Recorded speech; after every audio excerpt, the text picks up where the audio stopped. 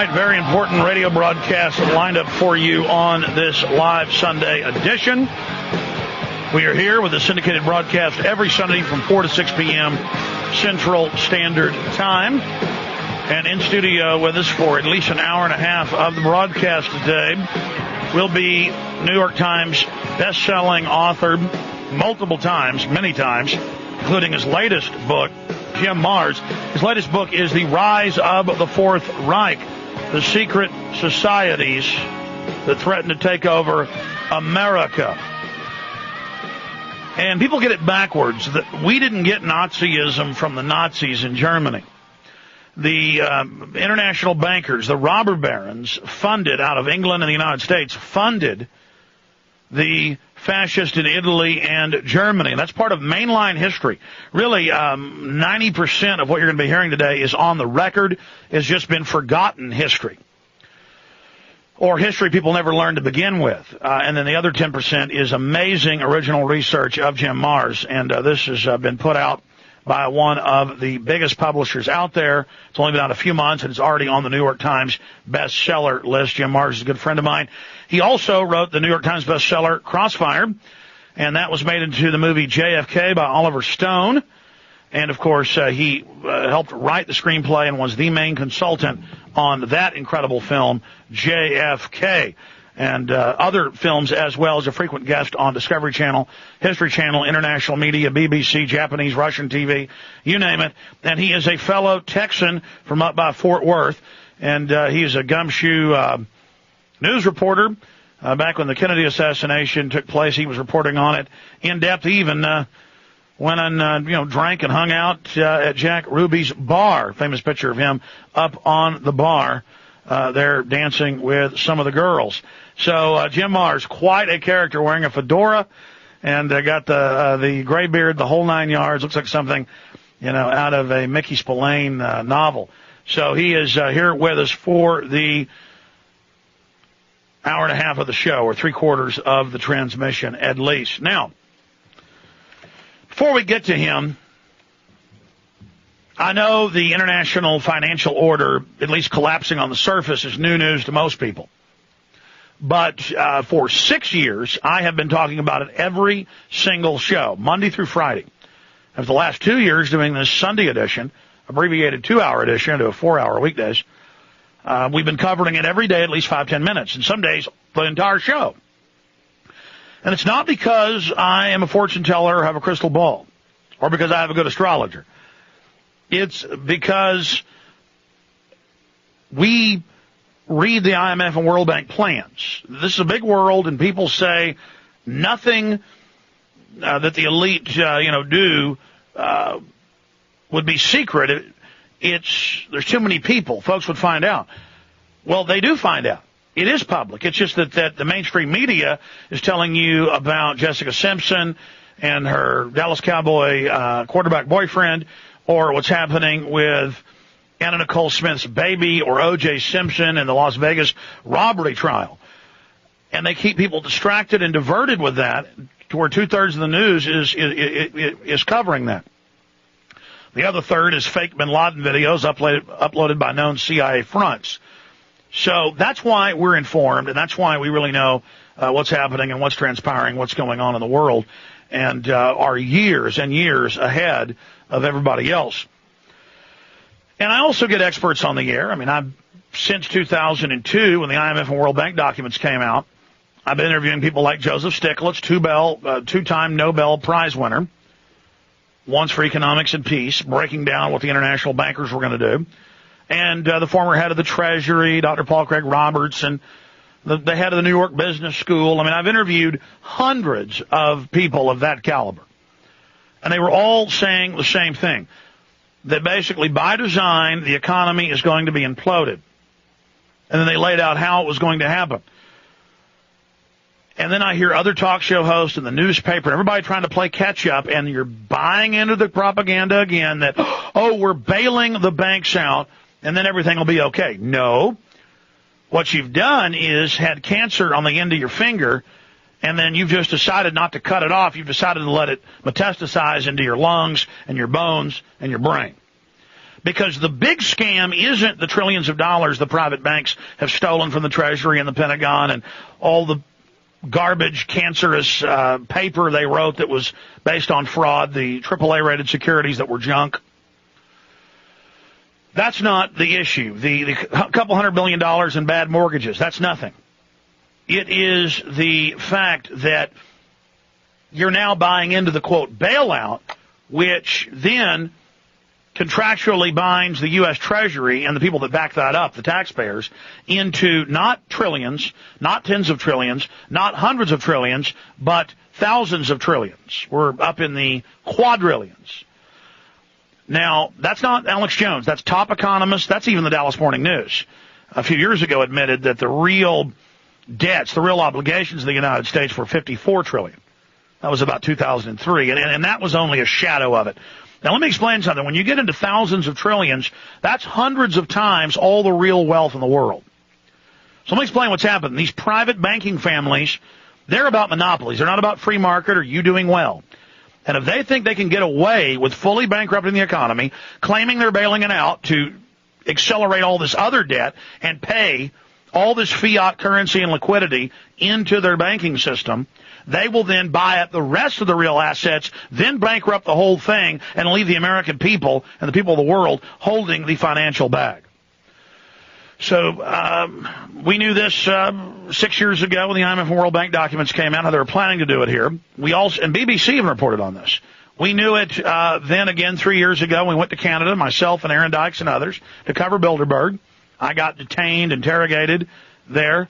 I got threatened not to cover it, but our moles inside got the global elite meeting, and we came out and we said in that film, Endgame, that was almost 3 years ago. The film came out a year and a half ago. And in the film we're saying, and in the extras we're saying, well, our sources inside are telling us that they plan to pop the real estate market and tell the public that's going to cause the world economic meltdown. But really, the scam is bailing them out. See, the real bank robbery is happening now.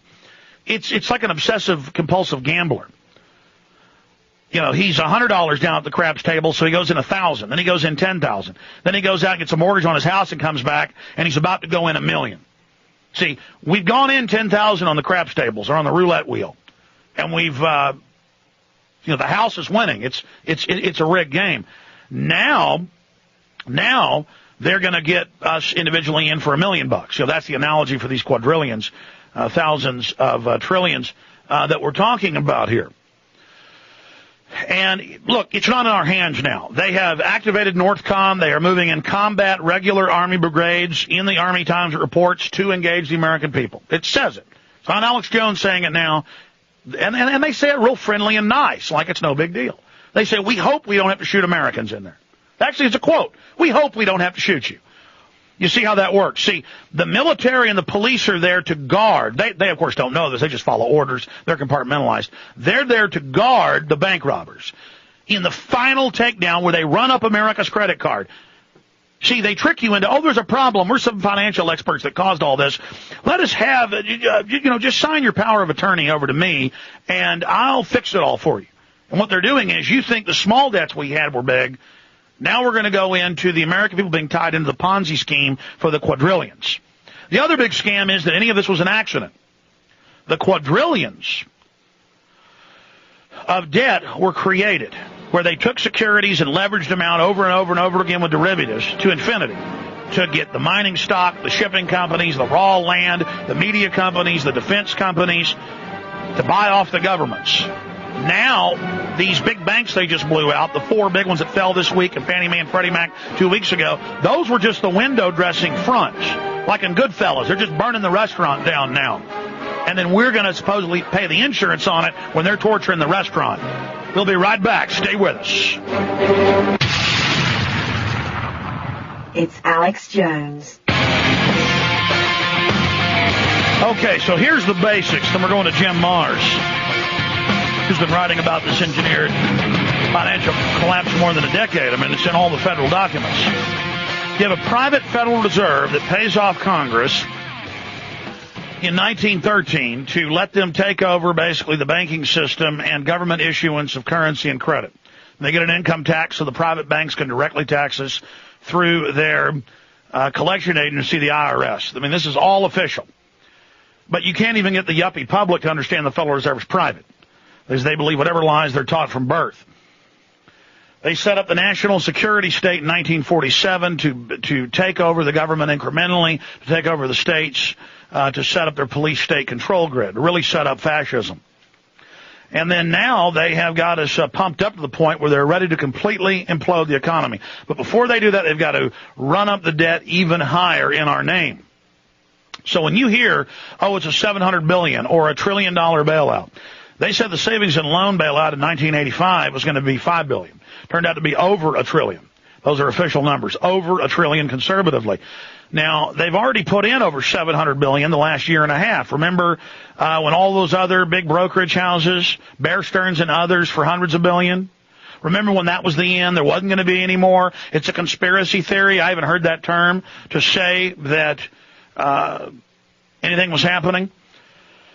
In the last 2 weeks, conservatively, they've pumped in over $500 billion. Now they're talking about another $700 billion to $1 trillion.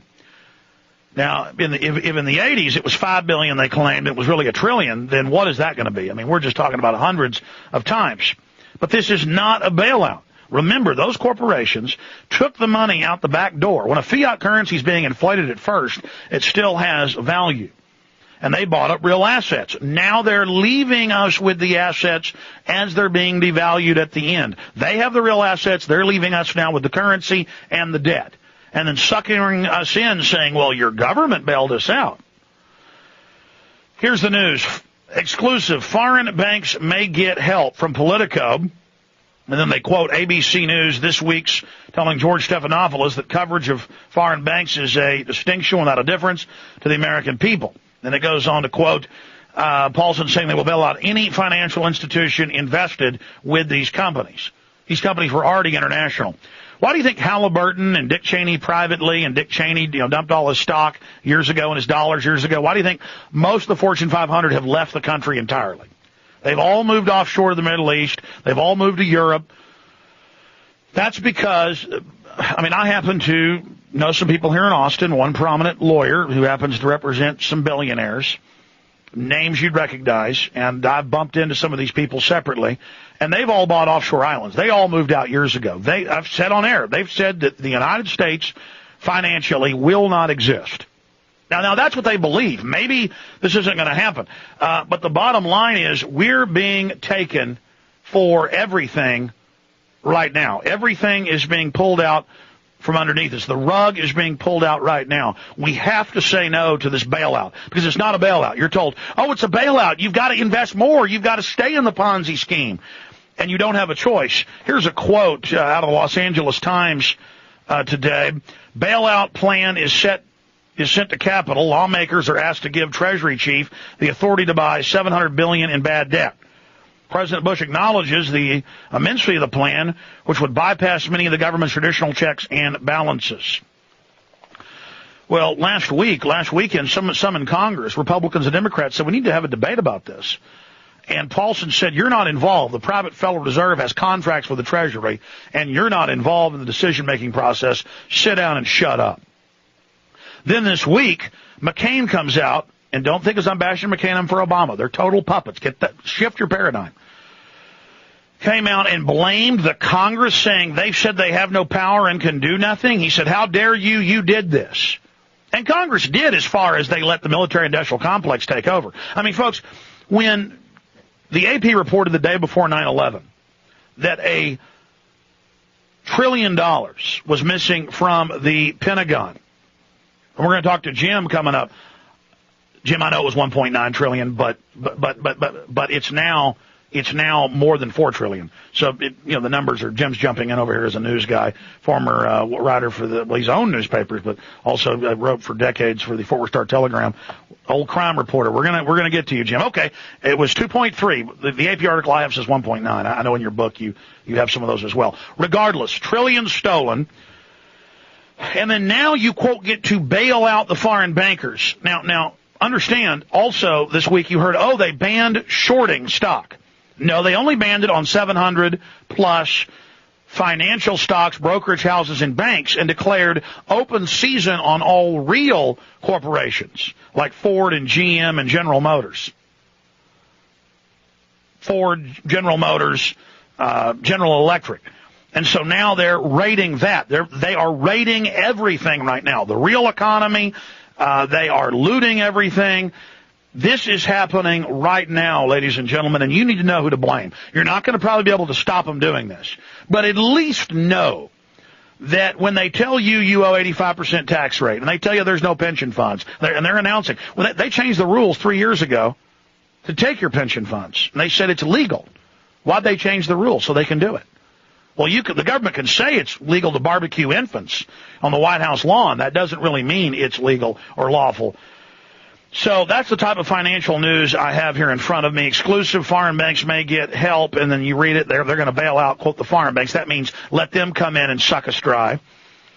Also, another big bank failure, Ameribank, Inc. Financial crisis, default by the U.S. government is no longer unthinkable.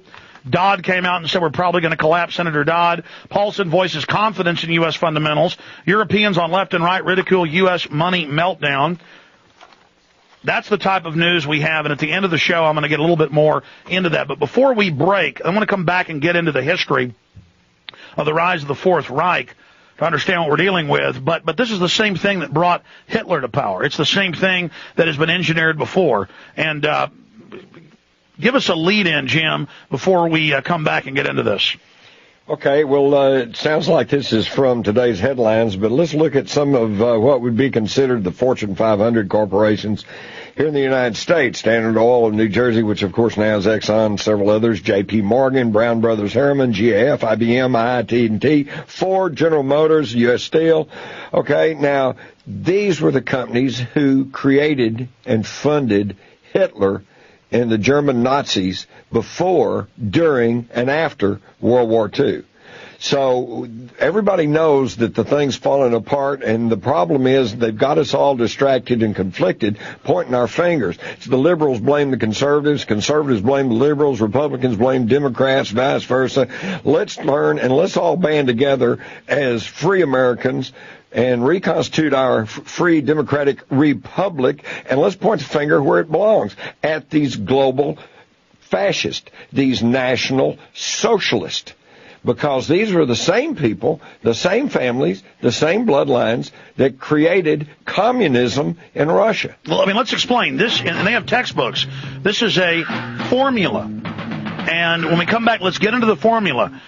The Nazis didn't come from Germany. They came from the U.S. and England, and Hitler was only one variant that made it racial. So we're going to break this down with Jim Mars. His book's on the New York Times bestseller list right now, The Rise of the Fourth Reich. By the way, it's available at Infowars.com. That's Infowars.com. We'll be back after the news on stations nationwide.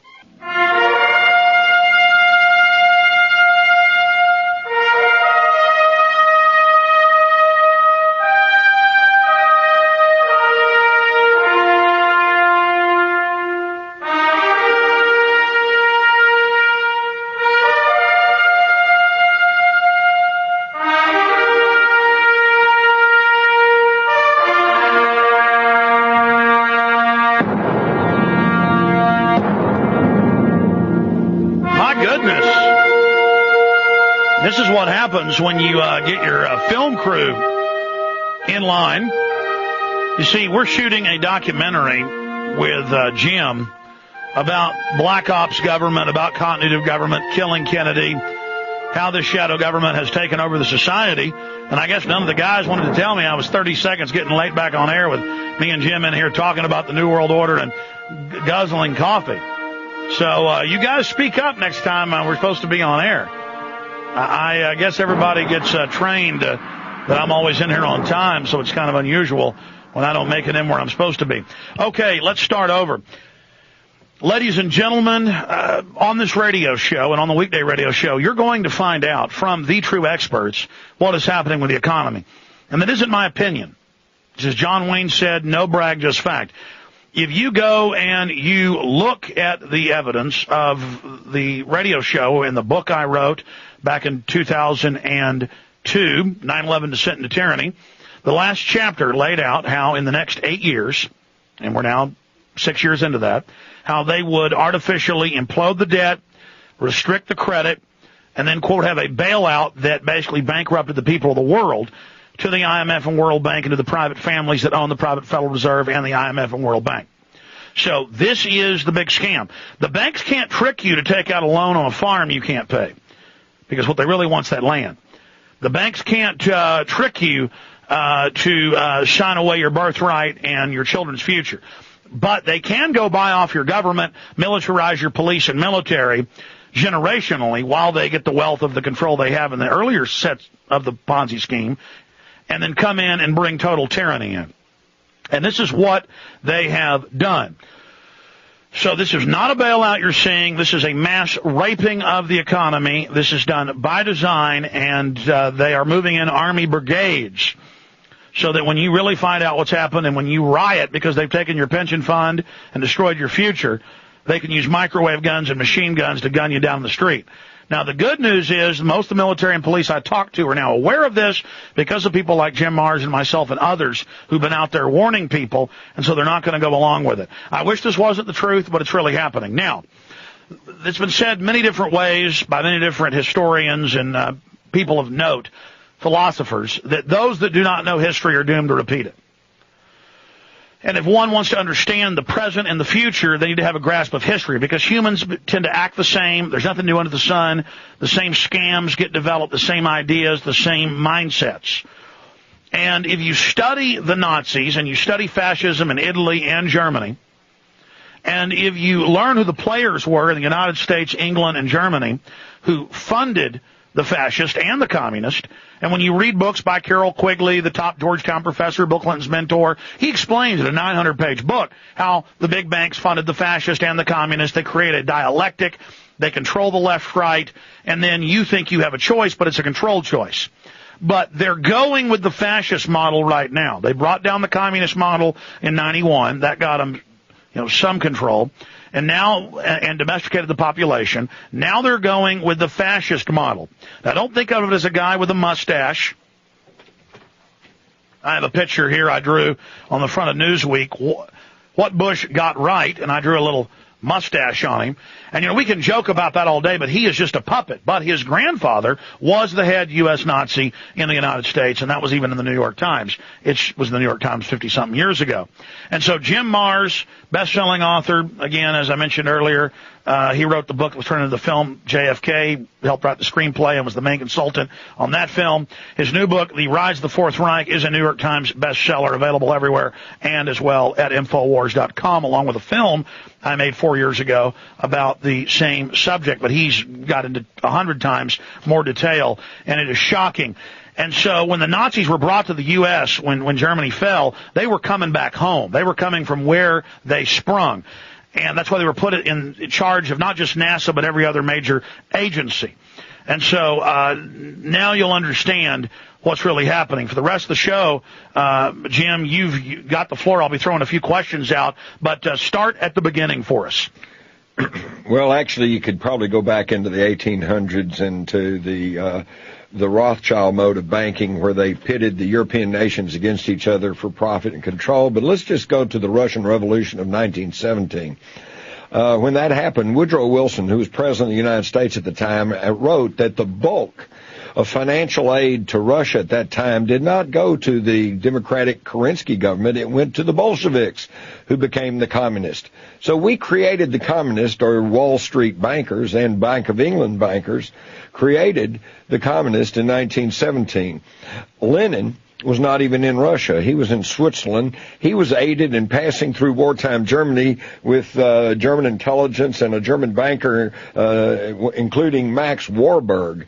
The reason Max Warburg is interesting is because his brother started the Federal Reserve. Paul Warburg had come over here, had participated in the conspiracy of Jekyll Island, had created the Federal Reserve System, and was head of the Federal Reserve System at the time of World War I, and in fact was in charge of funding the war effort for the United States in World War I, while his brother is funding the German war effort, to show you how they play both sides. Now, hundreds of books have been written about this. It's mainline history. It's now declassified. The U.S. government put Mao in.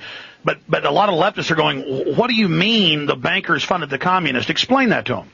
Well, they sent the aid to Lenin, and whoever pays you money controls it. The philosophical leader of the communism was Leon Trotsky, and in 1917 he was living on Rockefeller land and working in New York. But they put him on a boat with about $20 million, $40 million raised from Wall Street capitalists, including the Schiffs, and 300 revolutionaries, and they sent him off to Russia. Now, the Canadian authorities stopped him at Halifax and said, we've heard your speeches. We know you're going over into Russia and take it over and create a communist government, and you're going to pull Russia out of the war. That's going to free 1 million soldiers to come over and fight our good Canadian boys in the West, so we're not going to let you go.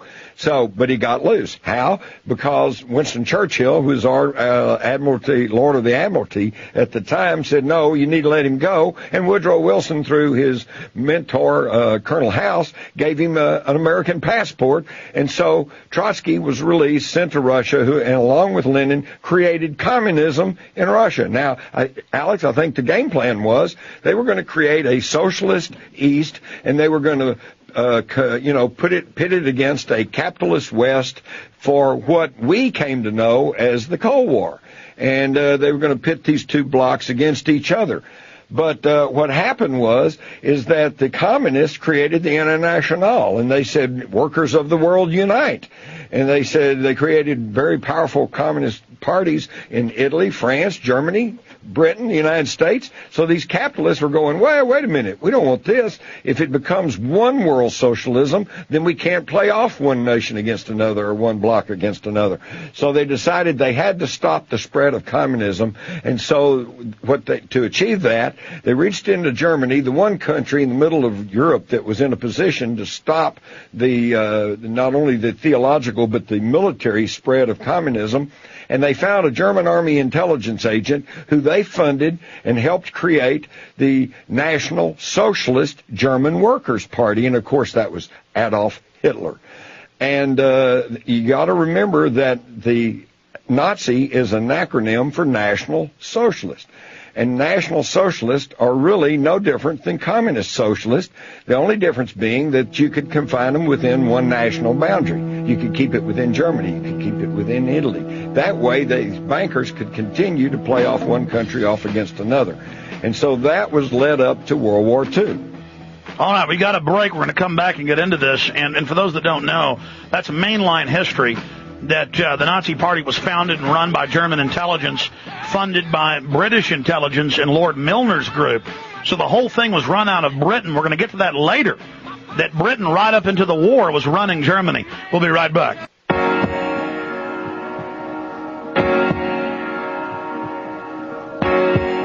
Okay, we've got the author of The Rise of the Fourth Reich, Jim Marrs, with us. Now, it's common knowledge that the U.S. and England funded Hitler, but he was like a rock star. I mean, he was all over the newsreels, all over radio. My grandfather remembers growing up in Dallas, and he was like in the newspapers on radio, what a great guy he was, right up until 1939 or so. Jim Marrs, continue, because this then connects into today. And this isn't like, oh, there's a few Nazis in the government. This is the governing system. The Nazi symbols are in the Senate, the fasci. It's how the government's being run. The black uniforms, the national police force, the homeland. That's what Hitler called it, was the Reichland, which means homeland. Jim Marrs, please continue.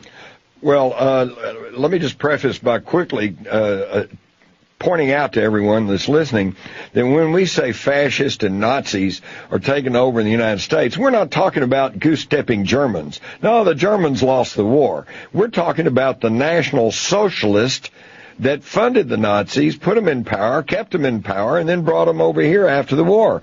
I've already rattled off some of the corporations that were supporting the Nazis prior to the war. Brown Brother Harriman's, the JF, IBM. IBM produced very specialized punch cards for the German IBM equipment that allowed them to ship all the Jews and the dissidents off to the concentration camps. General Motors, Ford, they were producing war materials for the Nazis because business, after all, is is just business. But I also want to point out... In fact, our bombers weren't allowed to bomb those GM and Ford plants. That's right. Turning off Panzers. I read an account of a German worker, I think, at the General Motors plant, and he said that when they had a bombing raid, everybody would run to the General Motors plant because they knew it was safe.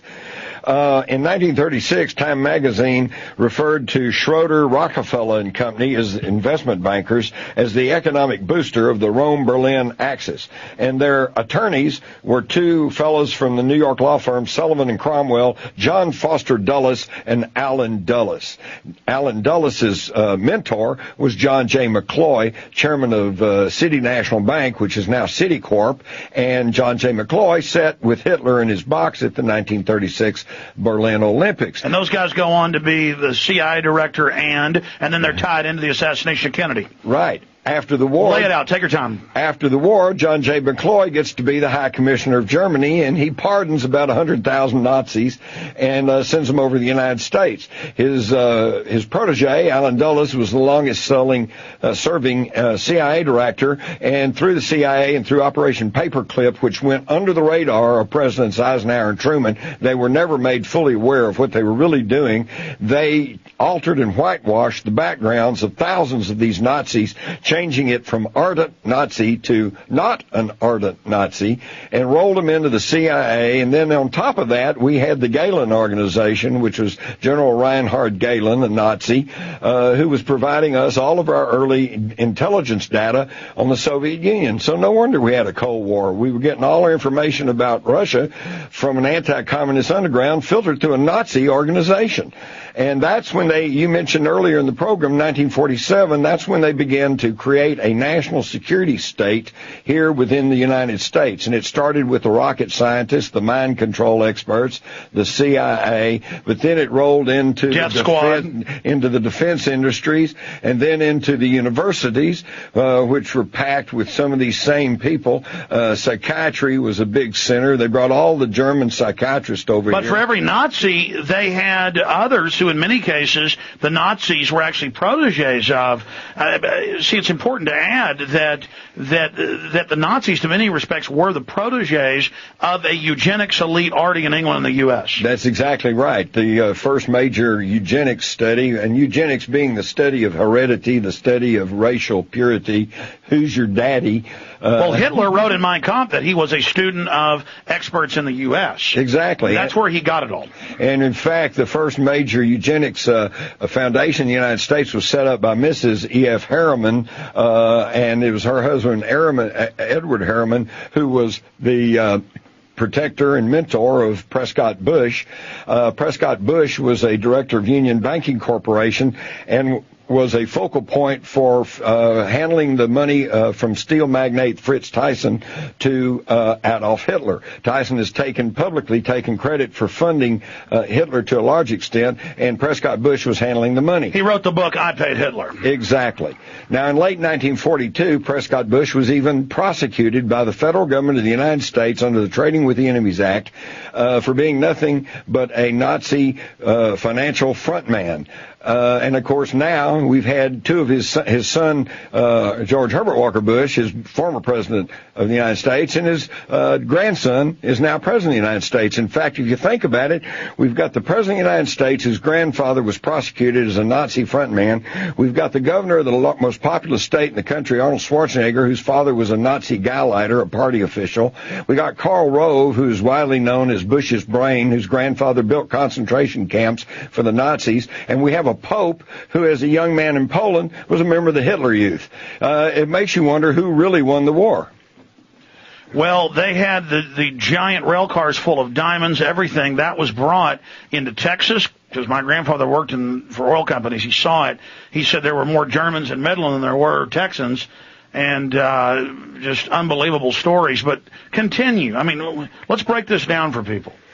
Well, that's they begin to create the military-industrial complex, but more importantly, which mirrored. Let's explain. The 1947 National Security Act, COG, continuity of government, mirrored the Nazi setup. Oh, exactly.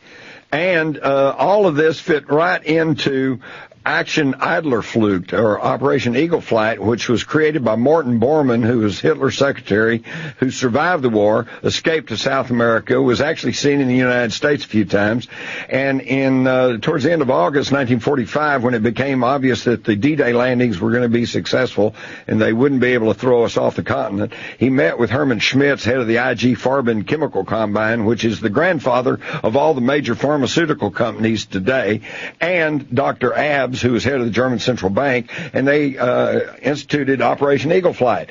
They took everything worth anything, patents, copyrights, licenses, gold, silver, precious stones, art, antiquities, scientists, everything. They took it out of Germany. And Germany had just looted Europe and parts of Russia, Eastern Europe, but they were already had more industrial patents, science, A-bombs, we're going to get to that later, than anybody else in the world. And so, again, that loot was contained and protected because the British royalty was really German royalty, and much of the richest families in New York were intermarried as well. So it was also a family matter. Absolutely. In fact, in my book, The Rise of the Fourth Reich, you'll learn that as late as 2007, documents surfaced in England that showed that during the war, the Queen Mother of England thought it was perfectly okay to have a Nazi occupation of England as long as they guaranteed that the monarchy would remain intact. And why not? Because the Windsors had changed their name from Mountbatten, who had changed their name from Battenbergs, and they all were of German heritage, so why not let your relatives come in and take over? Well, I mean, you have the king, who they say stepped down from the throne because he married an American woman. That came later. It's mainline British history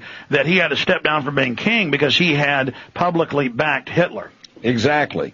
And the royals were very supportive of Hitler and very supportive of National Socialism. And that's the thing I'm trying to get by. What happened was that Hitler and the Germans proved to be a little bit too effective. And they overran Europe, they overran France, the Low Countries, they were pushing into Russia, and they were threatening England. So the bankers in England and America, again, they said, oh my God, we've created another Frankenstein monster. They're masters at double-crossing. Yes, and so they said, well, in fact, I quote Churchill in my book, who's saying that he wasn't against National Socialism or the Nazis, he was against Germany leading the economic system. Germany leading the New World Order. That's why they have all these famous Disney things making fun of cartoon Hitlers going, New World Order. I mean, that was the term. Everybody knew New World Order was bad, but no, it was to be an American and British, Anglo-American New World Order. Yeah, it was bring the world new order, Heil Hitler. Adolf Hitler's New World Order. Exactly. In fact, pull that up. Go to YouTube, guys. And they were asking me for clips. We have a whole guy just to do that there, and I'm sitting there idle today. Google on YouTube Disney cartoons, New World Order, and it'll be Daffy Duck getting mad as a secret agent, blowing up Nazis, and the Nazis are always going, Heil Hitler, New World Order, New World Order. Anyways, by the song In the Führer's Face. Yeah, that's it. In the Führer's Face. Is this Nazi land so good? Yeah, this Nazi land. If we could. Yeah, anyways. All right. So there you go. I mean, the older generations that had better education and a more classical education than we have truly understand this. I mentioned in an earlier book of mine, The Rule by Secrecy, that there was a St. Louis Post-Dispatch cartoon in 1911 that shows all the Wall Street bankers and John D. Rockefeller and Mellon, and they're all shaking hands with Karl Marx. And they clearly understood that these guys had created. Yeah, they would fund any movement to come con serfs into killing the ruling elite and then handing it over to the bankers. And the bankers wrote all these declassified documents on that. We're going to go to break. We're going to be right back after the news, folks. We're going to get into how they took over the U.S., now what they're setting up currently today. Stay with us. Info. Der Führer says, wie ist the master race? The Heil, Heil, right in the Führer's face. Not to love the Führer is a great disgrace. So the Heil, Heil, right in the Führer's face. When Herr Goebbels says, we own the world in space. The Heil, Heil, right in Herr Goebbels' face. Then Ho Göring says, they'll never bomb this place. The Heil, Heil, right in Herr Göring's face. Is he not the Superman? Aryan Führer Superman? Yeah. Göring says, they'll never bomb this place. The Heil, Heil, right in Herr Göring's face. Is he not the Superman? Aryan Führer Superman? Yeah, we is the Superman. Super duper Superman. Is this Nazi land so good? Would you leave it if you could? Ja, this Nazi land is good. We would leave it if we could. We bring the world new order. Heil Hitler's golden order. Everyone a foreign race. They love the poorest face. And we bring to all right, folks. This order. We're back live. Cue that up again where they have Hirohito say, Adolf Hitler's New World Order. Because you need to understand, Hitler wrote another book called The New World Order. H.G. Wells wrote one called The New World Order. There was a debate about how it would work, but to be a micromanaged society controlled by social workers and paramilitary police. And we're going to get into so many issues. Sponsored terror, where the government would blow stuff up and blame it on their enemies. Nazi specialty.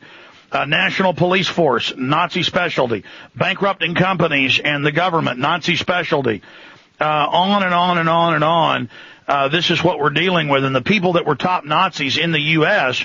were also the people that killed Kennedy and truly brought in shadow government to full dominance through COG. And now they're just fully butchering the nation in front of everyone. We have multi-time New York Times best-selling author with us. He, of course, has written The Rise of the Fourth Reich. It is currently on the New York Times bestseller list. It's only been out a few months. It is available, by the way, at Infowars.com, discounted out of the gates if people want to get it. And we've only been giving you the history. The book gets into the present and just so much. We're only scratching the surface today. We're also filming live in here for a documentary film I'm making with Jim Mars that Jim's going to be narrating. Jim, continue. Well, most people know about Operation Paperclip, which was the way they brought in Nazis into the country, put them to work on our space program, our mind control experts working for the CIA with programs such as MK Ultra. All that's history. But where they began to make their move in the political arena actually was probably with the assassination of President Kennedy. When I began to write my book, The Rise of the Fourth Reich, I was looking at the historical and political situation and the circumstances. It never crossed my mind that I would be considering the Kennedy assassination again, and yet the same names, the same companies, the same corporations, the same secret societies kept cropping up until I finally ended up writing a whole chapter on Kennedy and the Nazis. Now, see, that's key. That's key, because in pure research, that's why I don't talk to you a lot. You don't talk to me. Before we ever met, we had come to the same conclusions, because if you do pure research, you come up with the same answers, basically, if you are correct. If you're going, let's say we're both doing research at what temperature water boils. We're going to find the same thing. We're going to find the same individuals. So explain that. That's key. I'm making a film about the JFK assassination, and you're already in it as a consultant, and then separately, I'm doing my own research before I read Rise and Fall of the Fourth Reich, and I say, Jim, this is where your book even comes out. I go, aren't the same players involved in the Kennedy assassination? You say, yes, on the air, like 6 months ago. You go, that's actually in my upcoming book. And so now that's being incorporated into the JFK film. So, that's how integral this is to everyday life. Please continue. That's correct. Well, to begin with, two of the most powerful and influential members of the Warren Commission was John J. McCloy and Allen Dulles, two of the men who were most instrumental in supporting Hitler before, during, and after the war. And again, you have to understand, we're not talking about that these are all Germans. These are global fascists, and let's get that term nailed down. When I say fascist, I use it advisedly. Look in the dictionary. The dictionary definition of fascism is the combination of state and corporate power, usually fueled by nationalism. Okay? Now, Mussolini himself, who coined the term because it came from his black shirts, the fascistas, he said that maybe fascism isn't the correct term. He said the more correct term is corporatism, ruled by the corporations. And I think any thinking person today knows that the United States is now under the control of these multinational corporations. And what I'm trying to tell you is they were either created or bought up by these displaced National Socialist Nazis after World War II, and have been slowly buying up. It's the big fish eat the little fish, until now there's just a handful of these corporations, and they're all controlled by the same families, the same companies, the same bloodlines who were connected to the rise of National Socialism in Germany. Now, we've gotten up to 1950 or so. In 1954, in the early 1950s, the Bilderberg Group is set up, and that gets set up by Prince Bernhard, who was a German prince, then married the Queen of the Netherlands of the House of Orange. He was an SS officer. Then in the middle of the war, he jumps over to the British side there with his cousins. And then Bilderberg tries to set up a world fascist state, integrating the parts in together. Always the same thing over and over again. Break down the Bilderberg globalist connection. Well, that you pretty well nail it right there. It was created by you walk through it in your words. And by Prince Bernhard, who was a Nazi. Let's start over in your words, because we're filming it here, so start over.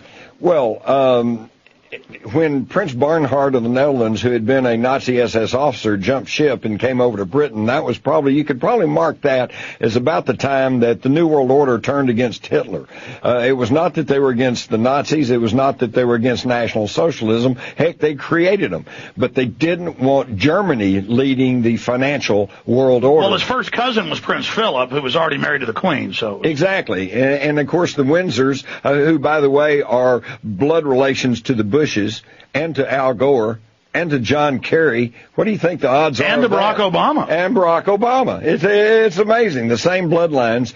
And so once they decided they had to turn on Hitler, then they began to come up with another New World Order, which was to create National Socialism in the West and continue funding Communist socialism in the East until Communist socialism finally collapsed in the early 90s under its own dead weight. And that turned out the Rockefellers and the Arm & Hammers, they owned all the big aluminum plants and tractor plants. They were propping it up, and American taxpayers the whole time were paying for it. Exactly. It blew my mind, being a veteran of the Vietnam War, to find out that at the height of the Vietnam War, when we were fighting North Vietnam and said that it was just a surrogate of China and Russia, Lyndon Johnson was sending more American aid to Russia than we had during World War II when they were our allies. And they were using American tax money to build facilities in Russia like the Kama River Truck Factory, and they were cranking out war materials to send to North Vietnam to use against our own soldiers. And the North Vietnam trucks were Fords. Exactly. Business is business, you know. And that's how they make the money. They sell both sides on war, and then the bankers, basically through the government's tax the people, and that's kind of the old-fashioned, quote, bailout. Now they just declare an economic emergency, sucker the public, or the Congress they own, into paying literally everything into them. Right. And one of the Nazis' biggest weapons of choice was fear. In early 1933, Germany was a democratic republic, the Weimar Republic. But a few weeks later, their parliament building, the Reichstag, burned and was gutted by fire, which in those gentler days was actually as big a shock to the German people as 9/11 was to us. And Hitler, who was only the chancellor, kind of like the vice president, said, well, give me the power and I will go after these communist terrorists who did this. Well, now it's pretty well acknowledged that the Nazis themselves set the fire in the Reichstag, and this was an early day false flag operation. By the way, a big European court just 3 months ago did exonerate Marinus van der Lubbe, the guy they'd set up for that, and did say it was the Nazis. What we do know is that there was another operation that was documented to have been a false flag, and that, of course, was Gleiwitz. People always ask, well, how did Hitler just out of the blue attack Poland and get the Germans to accept that? Well, see, there was an Al-Qaeda attack that was called a Polish attack, and, of course, it was later came out in Nuremberg trials. It was all staged. So I want to tie together the Nazis' love, the corporate fascist love of false flag and psychology, because they're great social architects, and then the PhDs in psychiatry came out of Germany and out of England. Stay with us.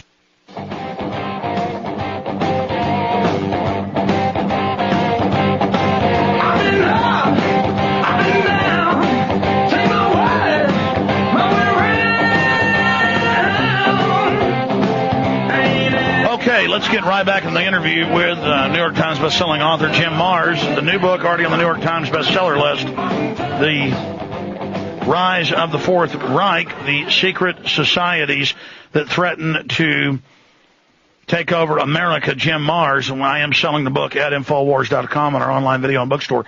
You know, we only started with what was happening, and I want to get into current things because that's what really matters. And we're going to turn your mic on here in just a moment. But the first thing I want to do is get into some of the history, because we skipped ahead. Am I on? Yeah, and now I know why he's turning your mic off. It doesn't matter. You're just breathing in it. I'm trying to get this straight here. This question I have. Oh, hold on one second, Jim. I'm just trying to get this question straight here. Going back to the Germanic-style death cults and the British East India Company tied in with the Germans, setting up Skull and Bones with all its bizarre Germanic death cult, the Skull and Bones. In World War I, we have the war generals, the field marshals, wearing the big skull helmets like something out of Skeletor. You got the floor. Talk about that.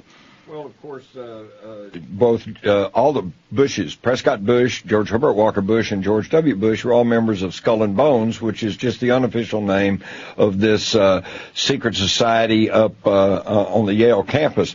But when they did an investigation of Skull and Bones, they found out its proper name is Chapter 322. Well, Chapter 322 of what? Ron Rosenbaum of the New York Times found out that it connected over to a German secret society, and of course that was the Illuminati. So you got the Illuminati, and then members of the Illuminati and other German aristocrats were members of a secret society called the Thule-Gesellschaft, or the Thule Society, that believed that in the far distant past, ETs had come to the Earth and produced a super race of Aryans, and that's where their whole Aryan superiority thing came from. And it was the Thule Society that was headquartered in the Four Seasons Hotel in Munich that was the original big supporter of Adolf Hitler. And so there is definitely this occult side to Nazism, which nobody knew about when I was a young man. But in recent years, there's a lot of books now and even DVDs about the occult aspects of the Third Reich. And let's be clear. We're not saying any of this is real, and I know you're not. What we're saying is this is a fact. This is mainstream information that you have this bizarre Germanic death cult that believes they are genetically engineered by extraterrestrials. This goes back hundreds of years. How did they come up with this? And Hitler is an adherent of this, as this young army officer in Army intelligence setting up this Nazi death cult. And you already have branches of it here in the United States with the Bushes and all of them in it. That's why you have this international network. So we were going back. But that is a mainline fact. Right. And it doesn't matter whether you want to believe in that or not, or whether Alex or I believe in that or not. The fact is, they do.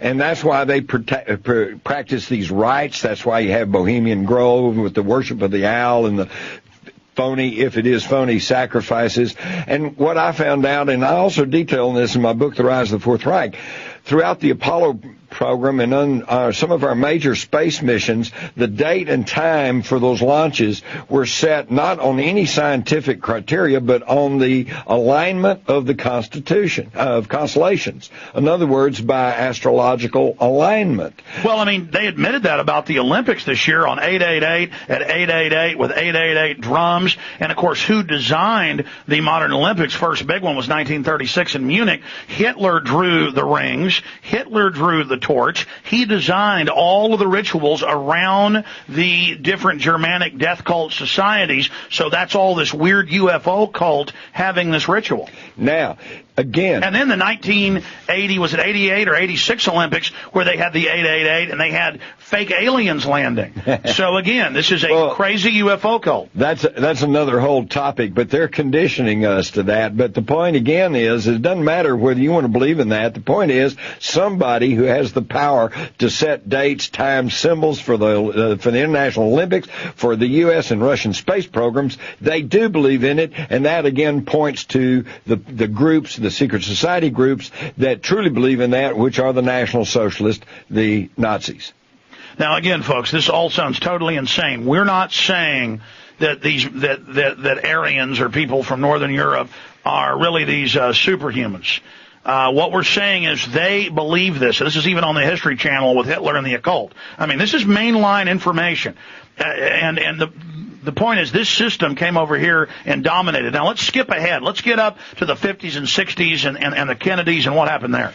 Well, Kennedy was one of the few people who probably was in a position to know what was happening here. He got his start as a young man, first came to public attention writing a book called Why England Slept, and it was all about why England was going along and allowing the Nazis to gain power and name and prominence and going along with them. So he understood what was going on. And by the time he became president, essentially on a fluke, because he was running against Richard Nixon in 1960. Richard Nixon got his start in politics with Nazi money. Nazi by the name of Malaxa. Nixon and Allen And he was Dulles, good buddies with Prescott Bush. Exactly. He was a protege of Prescott. So that was their attempt to worm their way into politics, but Kennedy got elected because he was charismatic and he had lots of money, and the youth got behind him. And he had the mob. Exactly. And so here, at least that was homegrown mob. It was not a Nazi mob. And he began to take steps that was thwarting this Nazi plan. He was beginning to go into joint space exploration with the Soviets, ending the Cold War. He was going to pull us out of Vietnam. He was closing the loopholes for the international corporations, and in fact in June of 1963 he ordered $6 billion issued not through the Federal Reserve System that we have to pay interest to, but through the Treasury, which we don't have to pay interest to. And so in other words, he's trying to curtail the power of these bankers, and of course in November he's shot in Dallas. Now going back, we have the continuity of government system, the national security state take over at that point. He also got approached by Dulles and by L.L. Edmondson, the chairman of the Joint Chiefs of Staff, about staging a terror attack, Operation Northwoods, and that's when he really turned against them. Right. They wanted to launch attacks in Miami and in the southern United States, target U.S. citizens for assassination, hijack planes and ships, and blame it all on Castro so they could mount another Bay of Pigs type invasion of Cuba. And that was actually approved by the Joint Chiefs of Staff.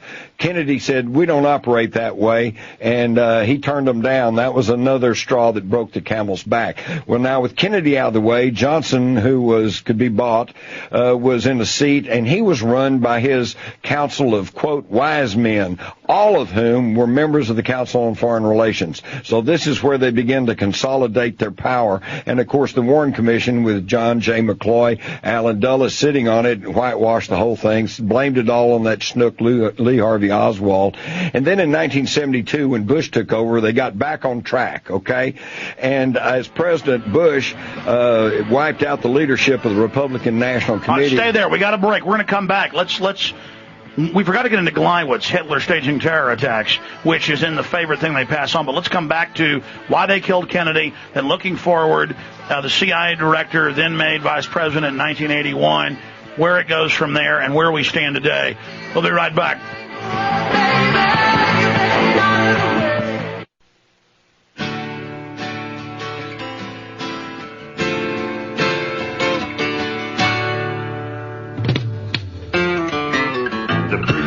Says it's the end of time, and the Mississippi River, she's a gold dry. Oh, man, it's hard to cut Junior off. The interest is up and the stock market's down, and you're gonna get mugged if you go downtown. I live back in the woods, you see.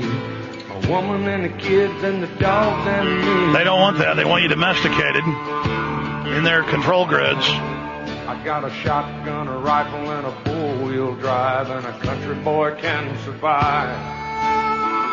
Hey, we wouldn't be on our local station, News Radio 590 KLBJ, but other affiliates, we could just keep the show going after it's over for the internet listeners and satellite and shortwave and a few AM and FMs. No, we got to cut it off here and come up in about 25 minutes.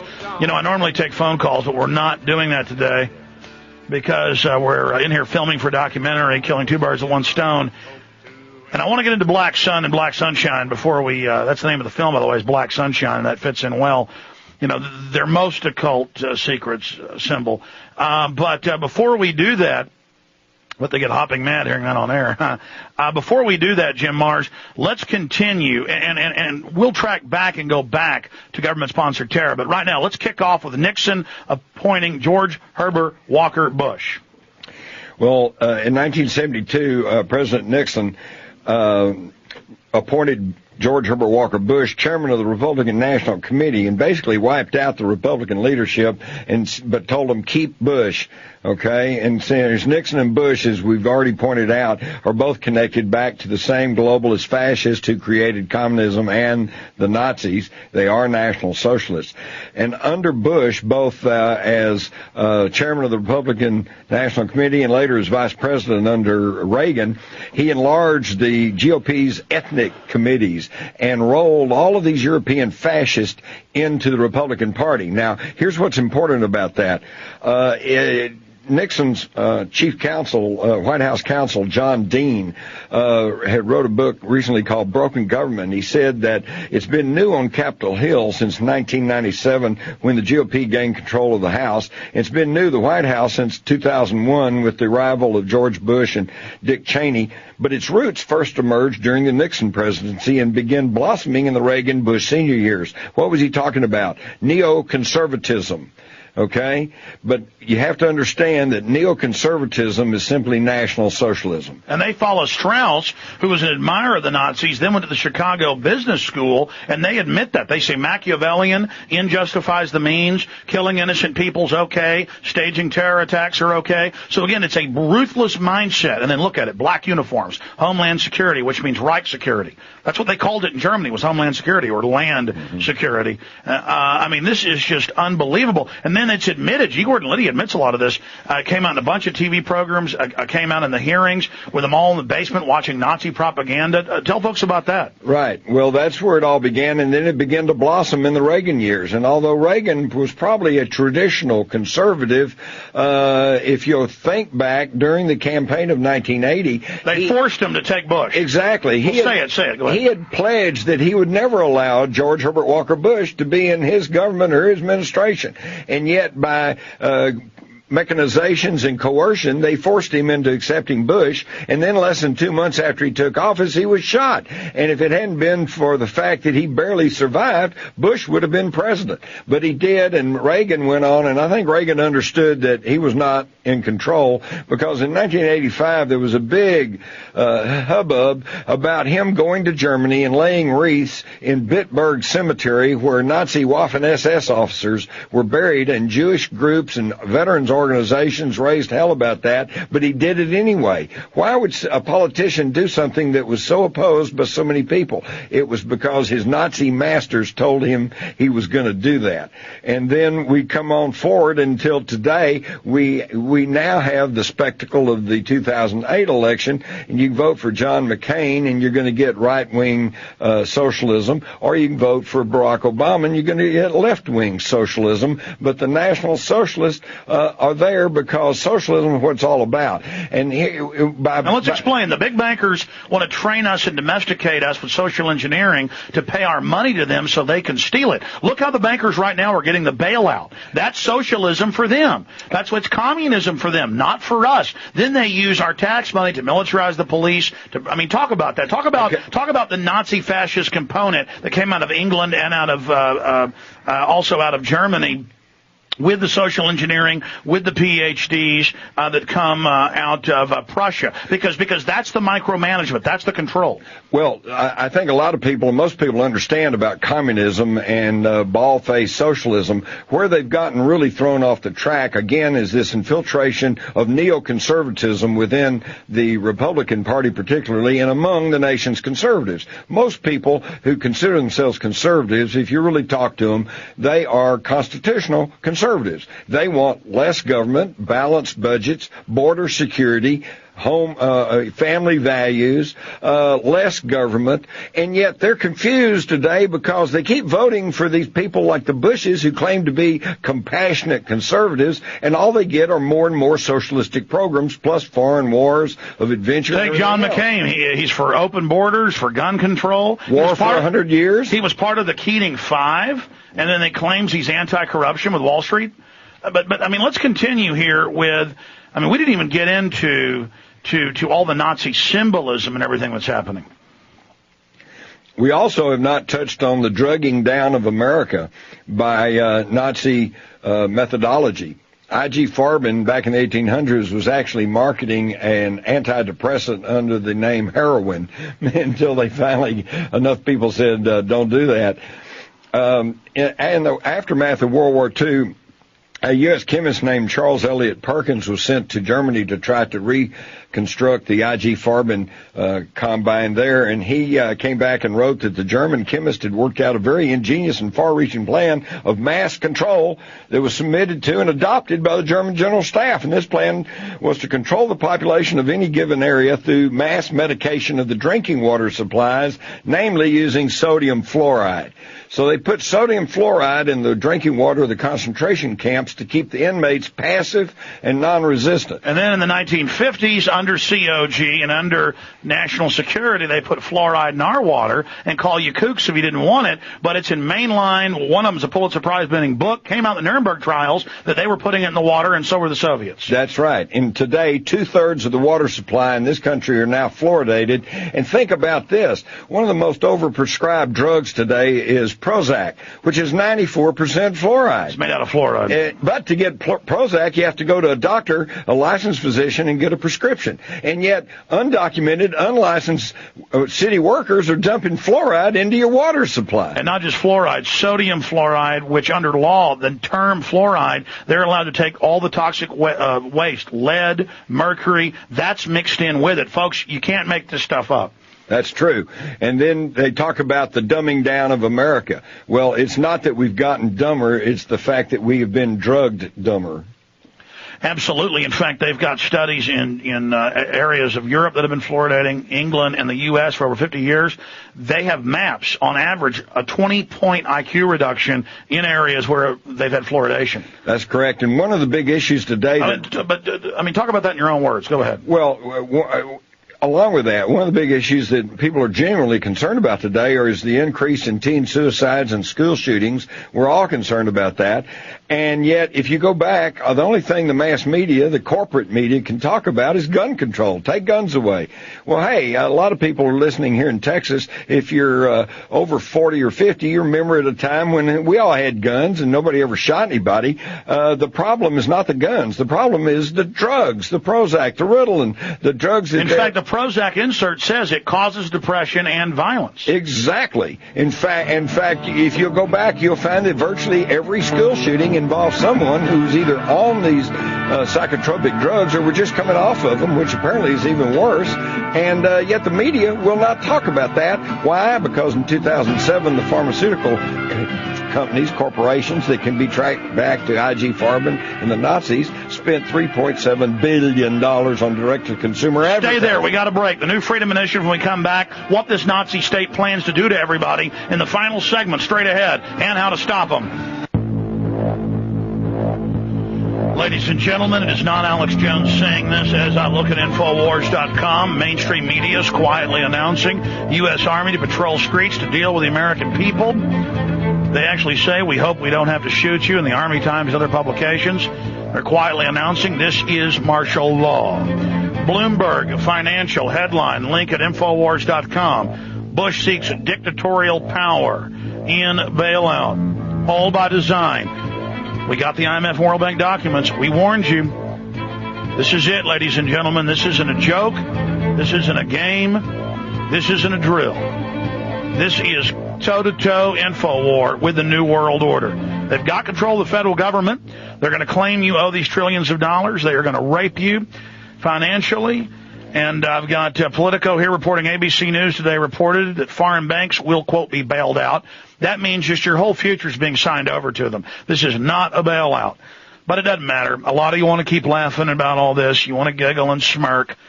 You don't know they've really built FEMA camps. You haven't been to the urban warfare drills like I have, where the troops are trying to take your guns. You haven't interviewed police chiefs who Delta Force tried to secretly bribe. This is what the Nazis did in third world countries. They would go in and buy off the local governments. They've done that now here. In the 8 or 9 minutes we have left with Jim Marrs, I hope everybody will visit Infowars.com, PrisonPlanet.com, get his amazing book, The Rise of the Fourth Reich. Because it gets into, we've probably covered 5% of what's in the book. It is such an amazing book. to really understand what we're facing. The group that put Hitler in is the group now in control, and they're using that model minus the racial politics. They use the more divide and conquer British model there. In closing, the COG, continuity of government, national security state, in your words, using those terms for the film, get into that, Jim, and what their end game is, the population reduction, what they're going for once they get their world fascist government. Well, during the Ronald Reagan years, probably while Reagan was recuperating from being shot, he signed a secret executive order that created a program called, innocuously enough, called the National Program Office.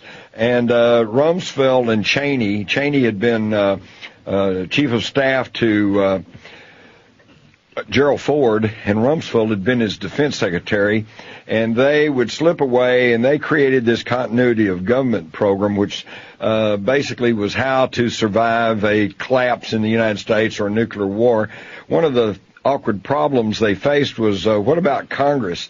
And they finally decided that after some catastrophic event in the United States, it would be just too time-consuming to try to bring Congress in, so Congress was just bypassed. And now they're public. People always wondered how this would be introduced. In the name of the economy, it's now being done, but Bush signed John Warner Defense Authorization Act to use troops against the American people 2 years ago. Yep. He signed PDD 51, and Congress has to see it, and he said, no, you have no authority when they're co-equal. Can you speak about that? Well, exactly. He's destroying the checks and balances in the federal government and bringing everything into the executive, which, of course, is, again, following the Nazi methodology. This is what Hitler did. He signed emergency decrees, one after another, until finally he just took total power, and anybody that tried to stand up against him then was a terrorist, against the government.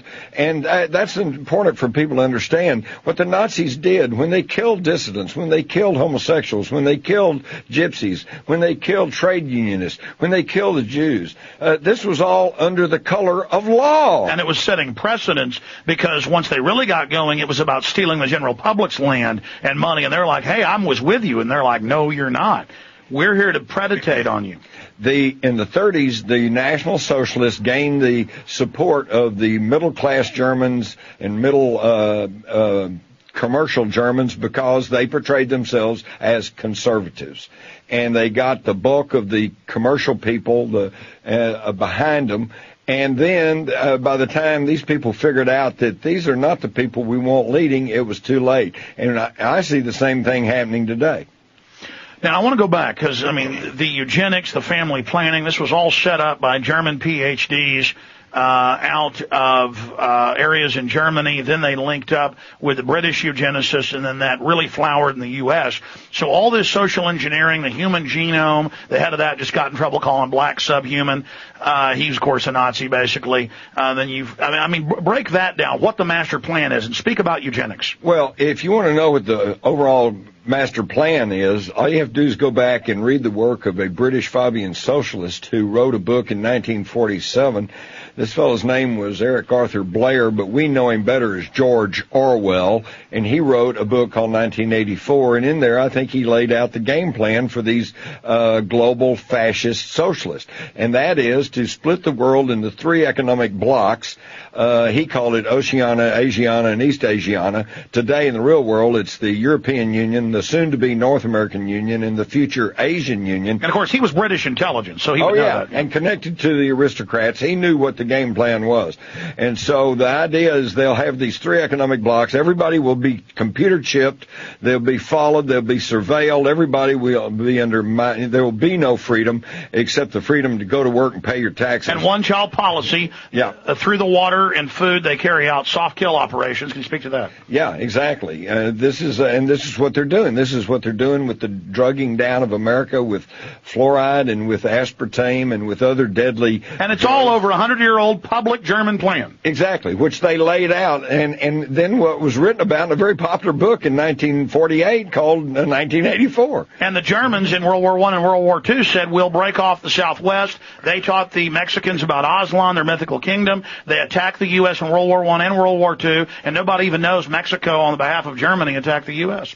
That's true. That's true, because nobody knows history, because our education system has been dumbed down, going all the way back to the National Education Board, which was created by John D. Rockefeller, one of the architects of this national fascist global system. You do have to hand it to them, though. These people really got their stuff together. Well, they're not stupid. They are, in fact, very brilliant. But then brilliance, as we found out with the Nazi leaders like Albert Speer and Heinrich Himmler and Adolf Hitler himself, just because you're smart or just because you're charismatic does not mean you're the fellow that needs to be followed. Or that you have wisdom, or that you have a soul. Exactly, or any kind of heart. They keep talking about Barack Obama. He just somehow vaguely talks about change, and all they can talk about is how charismatic he is. Well, they tend to forget, because they don't know history, that Hitler was very beloved by women, children, animals loved him. He was a very charismatic person on an individual basis, and yet look what kind of disaster he led his nation into. Now getting into secret societies, and folks, it's mainline that the Nazis were into weird occult stuff, and that Skull and Bones is real and a branch of that. Black Sun, they don't like us talking about that. Tell folks about Black Sun. Well, the Black Sun is one of the most sacred of the occult symbols of the Thule Gesellschaft, the Thule Society, occult society, and its successor, the black-shirted SS, or Schutzstaffel. The Black Sun represents the black energy at the center of the universe, which the Nazis, German Nazis, and their occult followers hope to tap into and draw strength from. And what's amazing is that in the heart of America, in Nashville, Tennessee, and right in the middle of their Centennial Park, is a huge black globe made out of onyx or some black hard material that represents the earth, and it spins on a little small thin cushion of water, and when the sun comes out, it's blinding, and it is a World War II memorial that was donated by Germany. So it's almost as though they planted a black sun in the heart of America going nana, nana, nana, okay? It's amazing. And then we look around at other things. We look at our 57-cent stamp and we see the German Gothic eagle.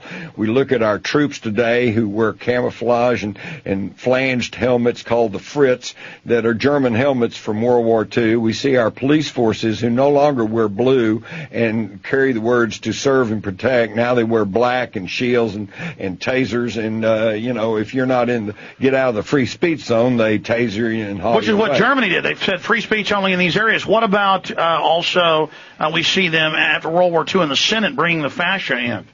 That's a symbol of fascism, the bundle of sticks with the hatchets on top. Right, and the fascia represents, that goes all the way back to the Roman Empire, and that represents central authority. Well, that's where the Heil comes from. That's from the Roman Empire. That's how they would hail the... Hail Caesar, but then they Germanized it to Heil Hitler. Exactly.